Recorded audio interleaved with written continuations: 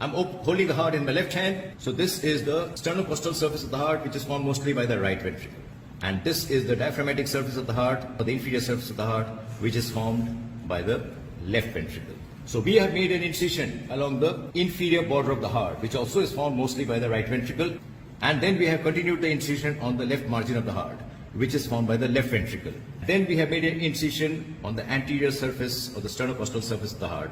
And now I'm going to reflect this, show the interior of the right ventricle. So this is the interior of the right ventricle. We notice these ridged muscular part. These muscles, ridged muscles, are referred to as the trabeculae carneae.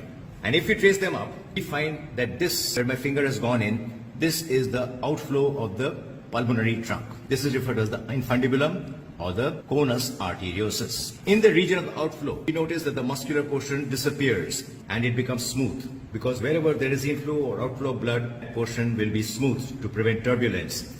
And the junction between the trabeculae carneae and the smooth portion is marked by a circular ridge, and that is known as the supraventricular crest. The next thing you notice are the leaflets of the tricuspid valve and the chordae tendineae and the papillary muscles. Because there's the right side, there are 3 leaflets, 3 papillary muscles, and 3 sets of chordae tendineae. Chordae tendineae are the ones which connect the leaflets to the papillary muscles. So this is the anterior leaflet, which I have lifted up. The anterior set of chordae tendineae attaching to the anterior papillary muscle. The one behind this is the posterior valvular leaflet, posterior papillary muscles, and the posterior chordae tendineae. And this is the interventricular septum. Chordae tendineae, which are attached to the interventricular septum, the papillary muscles, they refer to the septal leaflet of the tricuspid valve. So therefore, the tricuspid valve has got anterior, posterior, and septal. The next thing I would like to draw your attention to is this muscular band extending from the interventricular septum to the base of the anterior papillary muscle. This is referred to as the septomarginal trabecular, or the moderator band. This helps to regulate conduction fibers of the right bundle through the moderator band to the base of the anterior papillary muscle and coordinate the contraction of the anterior papillary muscle on the right side. The function of the papillary muscle is when the ventricle is contracting, the papillary muscles also contract, and therefore they prevent prolapse of the leaflet of the valve into the atrium. These are the structures we notice on the right ventricle. I would like you to notice the thickness of the musculature of the walls of the right ventricle. This is the mitral valve on the left side. Anterior cusp, posterior cusp. And we can see the chordae tendineae attached to the papillary muscles. The most common pathology involving the mitral valve is what is known as mitral stenosis, where there is narrowing of the mitral valve. The opposite condition is called mitral regurgitation, where the valves do not close during systole, and therefore blood moves from the left ventricle into the left atrium. So stenosis means narrowing, regurgitation means non-closure, leading blood to flow in the opposite direction. We can have a similar pathology on the right side also. So this is the tricuspid valve.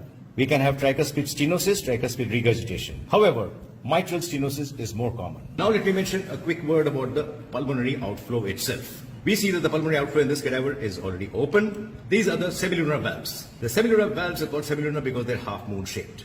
The free margin of the semilunar valves is referred to as the lunule, and the central portion is slightly thick, and that is referred to as the nodule. The nodules ensure a watertight closure. These valves, they are referred to as the cusps. So therefore, there are 3 pulmonary. There is one anterior, one right, and one left. So this is the pulmonary outflow. The anterior one is the pulmonary outflow, the posterior one is the aortic outflow. Pulmonary outflow is also referred to as the infundibulum. In the case of aortic outflow, we can see that the valves are closed already. Here, the relationship is opposite. Here we have 2 anterior, left and right, and 1 posterior. Above the attachment of the semilunar valves to the respective wall, either to the pulmonary or to the aorta, we see there is a small dilatation. That is referred to as the sinus. So in the case of aorta, this is referred to as the aortic sinus. In the case of the aortic sinus, they are more important functionally and clinically. This is the right aortic sinus, and this is the left aortic sinus. These are the places which are responsible for diastolic filling. That means during diastole, when the valves are closed, these sinuses fill up with blood. The right aortic sinus gives passage to the right coronary artery. And we can see the opening of the right coronary artery if we look very closely here. And my instrument has gone in. This is referred to as the right coronary ostium. Similarly, on the left side, we have this left aortic sinus that gives opening to the left coronary artery. So during diastolic filling, it gets filled with blood, and the coronary arteries get filled up with blood. And in the case of the aorta, the posterior aortic sinus does not have any coronary. In the case of the pulmonary arteries, the sinuses are not so functionally important. Again, we can get aortic stenosis and aortic regurgitation. In aortic stenosis, the blood does not flow out symmetrically, and in regurgitation, blood flows back down into the left ventricle. Similarly, we can get pulmonary regurgitation and pulmonary stenosis. However, aortic stenosis is more common than pulmonary. The most common condition where you can get valvular pathology is atherosclerosis, ischemia, or congenital defects. Though, of course, they can also be due to rheumatic heart disease. So these are some common defects which involve the aortic valve, pulmonary valve, tricuspid valve, and mitral valve. The next point which I want to mention to you was about the location of hearing the sounds. Mitral valve sound is heard at the apex of the heart, which is in the fifth left intercostal space, 1 palm width from the midline. Tricuspid valve closure is heard in the left fourth intercostal space. Pulmonary valve closure is heard in the second left intercostal space, and aortic valve closure is heard in the second right intercostal space. So these are some clinical correlations pertaining to the 4 valves of the heart.